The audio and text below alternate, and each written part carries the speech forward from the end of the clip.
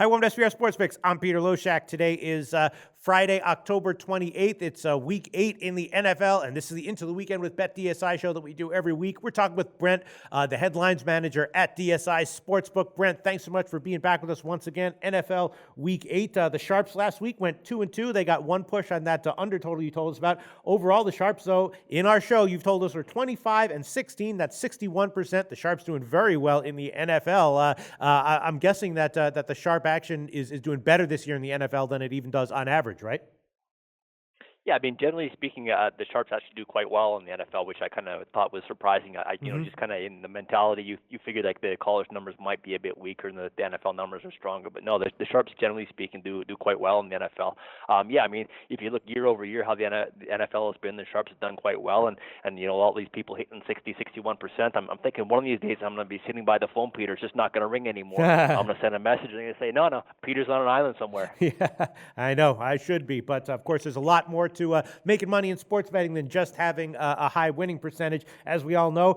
Green Bay and Atlanta is the first game that I want to ask you about. This has to be the most. We do a live Q&A every Thursday, and we got like 4 or 5 questions all about just that game. I guess the people would ask and hadn't seen that we had just answered it. Everyone's wondering about this game. Understandable why. Green Bay coming off a win, Atlanta, coming off of a loss. The line has moved up from what I've seen. It's now up to about 3 minus 115. So some money somewhere has come in on Atlanta, right, Brent?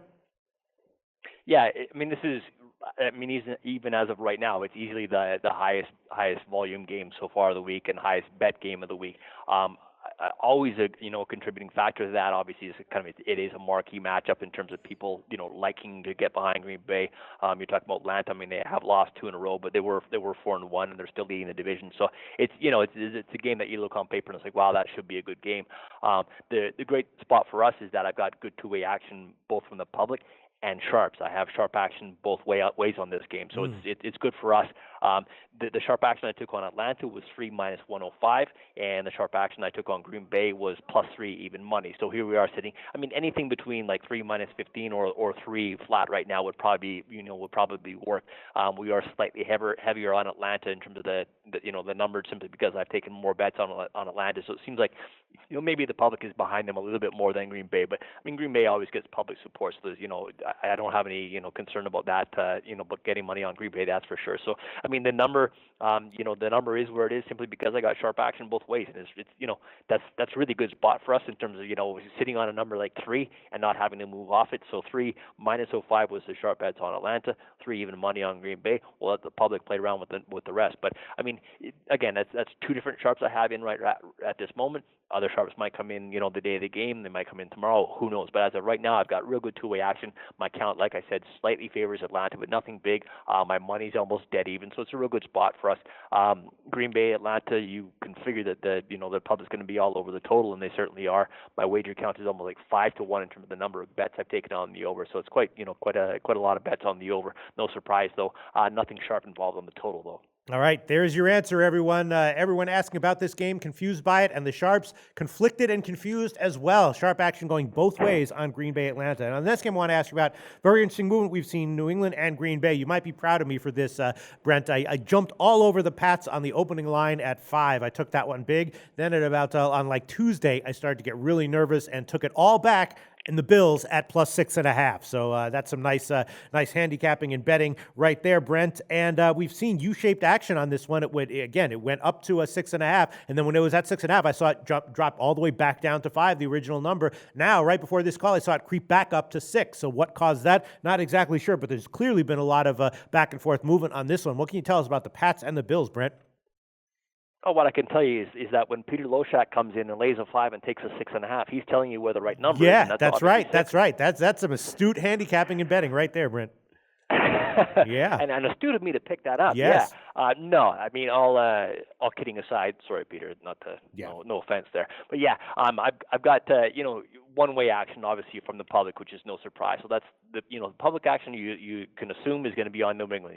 Obviously, it's interesting. Every week we seem to talk about all the Patriots injuries, and this is one of the weeks where we can actually talk about all the Buffalo injuries. I mean, McCoy looks like he's doubtful this week. They've had a ton of injuries into the receivers. I think Woods is questionable. Watkins is out. Now I think Goodwin is like on the concussion protocol or something like that. It's just like a disaster in terms of injuries right now. But we'd still have New England right now as a -6, -115 road favorite. You can get -6 flat out there and stuff like that. But again, my wager count is almost 8-1 on New England, so it's really high. Now in terms of the sharps getting involved in this game, the only real sharp play I do have on this game was aside from yours, Peter, would be Buffalo +6.5. So I don't have any sharp action at all on the Patriots, but I do have sharp action on the dog, and then again that came out on Buffalo +6.5.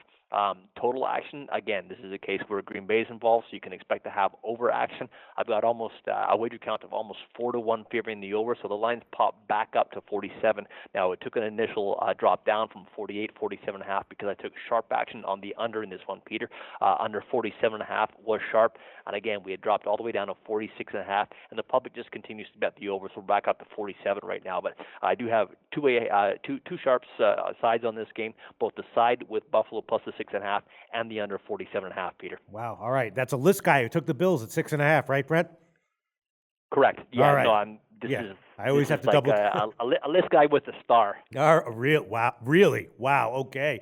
So, wow. All right. Yeah, I always have to double check when I hear list guy action. And then the next game I want to ask about is Philly and Dallas. I'm assuming that we know that in general the public likes to bet Dallas, and maybe that was mostly in the Tony Romo era, but I'm assuming that even with the new guys, the public's liking to bet them, and especially in light of how well they've done this year against the spread. The line, curiously though, has gone down a bit. I saw it at 4.5 earlier in the week. Now it's down to 4. I have to assume though that Dallas right now is a big public side. Why did the line go down? Maybe that means sharp action came in. List guy action came in on Philly. What can you tell us, Brent? Yeah, I did get what we're going to call respectable action on Philly, but that was at +5 -05, and again, the guy who played that is typically. I mean, you talk about knowing our customers and such, and you really have to have a good profile of your customers and who kind of does what. And that was a guy who generally is just playing the number in terms of the numbers play, expecting the line to drop down to maybe 4 or 3.5 come game day. So at the +5 -05, he came in and grabbed it. Now again, this is a guy who you might call a grinder who's just going to play both sides of the game in most cases and kind of take a penny here, a penny there, but multiply that over a whole lot of volume. So as of right now, I don't have sharp action on either side of this game or the total, but I do have probably about my wager count's almost like 2-1 favoring Dallas, and that indicates that the public is mostly behind them. My money actually still favors Dallas when you factor in the parties and teasers and all that kind of stuff. Looking just at straight bets, I do have more bets on Dallas as well, almost 2-1 count favoring Dallas. My money's almost dead even because of the bigger bet, which was more of a numbers play though. The total here, no surprise that I've got a lot of money on the over, and wager count on the over is about 4-1 favoring the over. So no surprise in terms of the public going over on this game at all. But I don't have sharps involved on the total or the side, just the number play that grabbed the Eagles +5 -05. All right, kind of interesting, Brent. So we got two-way sharp action on Green Bay, Atlanta, sharps on the Bills and the under. What else can you tell us about notable action from NFL Week 8, Brent? Well, it just seems like it wouldn't be our show if I didn't tell everyone how the Sharps run the Cleveland Browns. Really? They're on the Browns again this week. After week. Wow. Yeah, I mean, again, I just, they've actually probably, if you look at it, they probably haven't done too bad. I know last week they didn't cover with the Browns, but I mean, the 2 weeks ago they did cover with the Browns, and here we are back with the Browns again. I mean, it is the Jets they're playing, so maybe that's kind of like, okay, it's kind of conceivable. We did have the Jets as a -3, -115 road favorite at Cleveland. The sharp play was on Cleveland, excuse me, at that price, +3 -105. So right now, if you look across the board, you're going to see like the Jets are like -3, dog -20. So pretty big move there in terms of 15-cent move on the number 3. If you look at the wager count, it's almost 3-1 favoring the Jets. So the public is on the Jets. Looking at the money, it's almost 2-1 favoring the Browns, and that's again because of the bigger bet on Cleveland for sure from the sharp play. So I mean, it is what it is. Sometimes I just got to tell you what happened, and what happened this time around was Cleveland +3 -05 was a sharp play. So we're going to hang our hats on them this week once again. Right below that game, we got Oakland at Tampa Bay, and Oakland, it's kind of surprising right now. We're sitting at Oakland at a pick. Sharps came in on Oakland when the line was +1.5. So the Raiders +1.5 was a sharp play. Tampa Bay again, they're kind of beat up. They've had a lot of injuries at receiver. They have injuries at running back, and Oakland got the early love from the Sharps +1.5. Right now, my wager count, no surprise, is about 4-1 favoring Oakland. My money is about the same because the public has generally been behind Oakland almost all season long. So it seems to be like a public play all season. I've got two-way sharp action on the Chiefs-Colts game. I just want to mention that game simply because I have really good two-way action as well. Kind of a situation like Green Bay and Atlanta in that the Sharps laid the 2.5 with the Chiefs, and they took the +2.5 even money with the Colts. So we didn't have to stay off the number. We just moved the juice around with the Chiefs. Kind of don't want to go up to 3 or down, or anywhere below the 2.5 where we are right now. But 2.5 seems to be, working so far. Again, two different sharps on this one. One at the 2.5 -110 on the Chiefs. One at the +2.5 even money on the Colts. So again, if you see this one move off that number, you can assume that more sharps got involved because the public's pretty much split on this one. Mm-hmm. I've got decent two-way action. If I took out the sharp action, my money's almost dead even on this one. But just worth noting, I think, that I've got sharps on both sides of that game. The Chargers are at the Broncos, and Chargers getting sharp action as well. San Diego, the first hit came in +6.5. Had another sharp come in on San Diego +5.5. The line's all the way down to 4.5 right now. If I look at my wager count, it's almost dead even on this one, and my money's about 3-1 favoring San Diego. And the big count there in terms of being 3-1 in terms of my money is I have two different sharps on San Diego. So I always like to note when one guy comes in, but when two guys fire big on the same side, that's kind of telling you definitely what's the right way to go. And again, it was +6.5 and +5.5. We're down to 4.5 right now. Denver at home to San Diego. Carolina, talking about teams coming off the bye and how well they've done.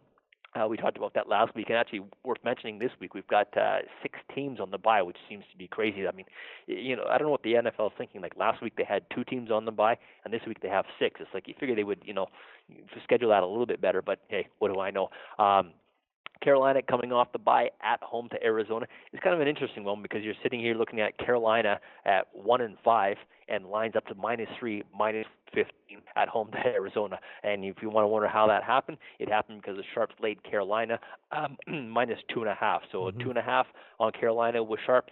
Looking at my wager count here, it's almost 2-1 favoring Arizona. So I guess the public's not buying into Carolina being worthy of a 3-point road favorite now. And of course, Arizona coming off that thrilling tie last week with Seattle, which is kind of a humdrum game.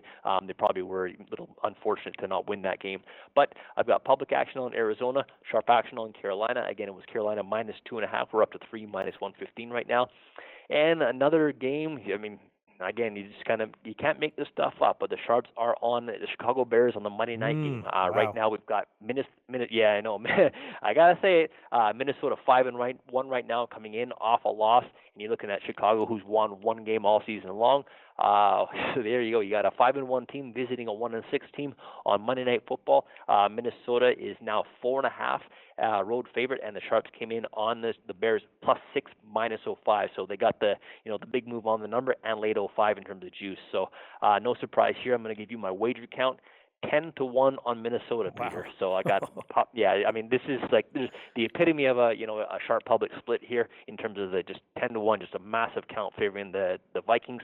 My money is about 5-1. We'll call it 4-1 favoring Chicago. So big sharp bets on the Bears +6 -105. Public all over the Vikings, Pete. Brent from BetDSI, thanks as always, and we'll talk to you next week for NFL Week 9. Do your research before you bet. Check out our ratings guide to see which books have the best ratings and sign-up bonuses. Open up several accounts and shop for lines at sbrodds.com. Always be ahead of the game.